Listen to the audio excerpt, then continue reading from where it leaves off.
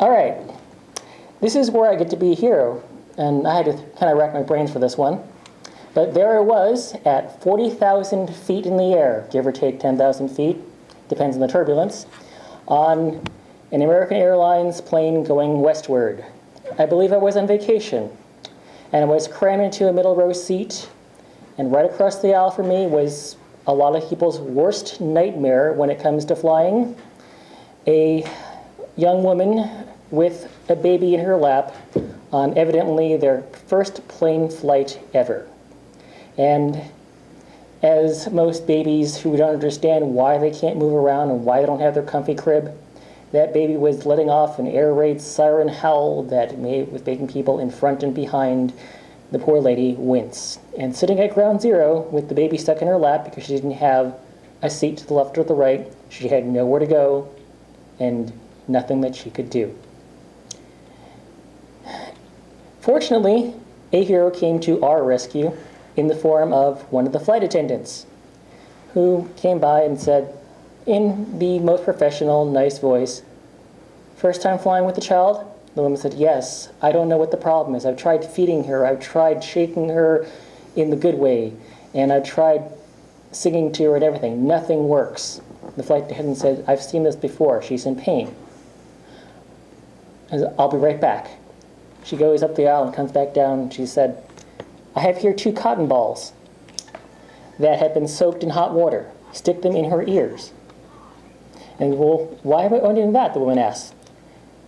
She says, "It's the air pressure getting to her ears, and if you stick the cotton balls in her ears, it'll equalize it out from the barometric pressure, and she'll be fine. Then you just have to calm her down." And the woman, who had been putting up with it just like the rest of us for the past hour and a half, stuck the cotton balls in her kid's ears and tried to calm her down. This is where I come in.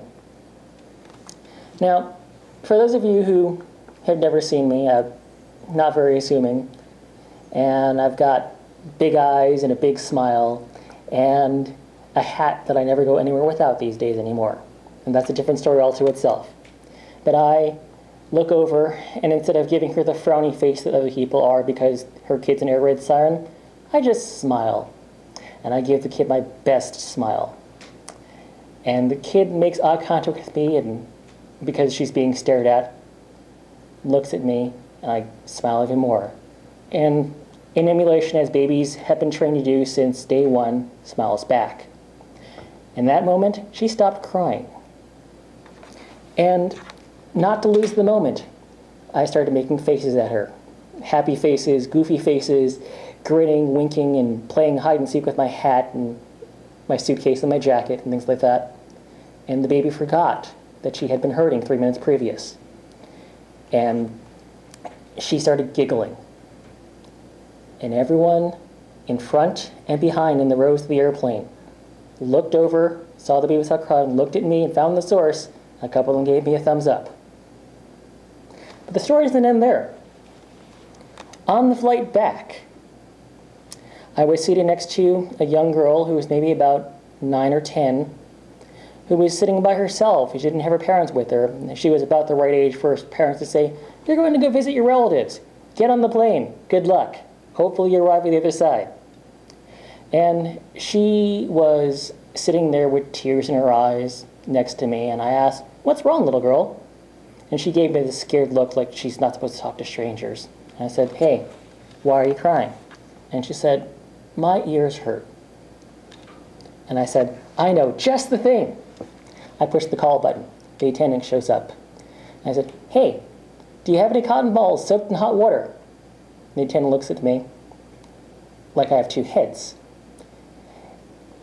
And she said, "What do you need that for?" And I said, "Well, her ears hurt. She could use some pressure equalization from the barometric pressure. Cotton balls, hot water. Can you do that?" The woman looks at me again, dubious eyebrow raised, and said, "I don't think we have any cotton balls." And I said, "Well then, how about a couple of wet naps soaked in hot water, since I know you have that, and a couple of paper cups?" The woman said, "I think I can do that." She goes away and she comes back with paper cups. And I say, "This isn't the optimum solution, but I've heard this works from a different airline and a different flight attendant. Stick these over your ears."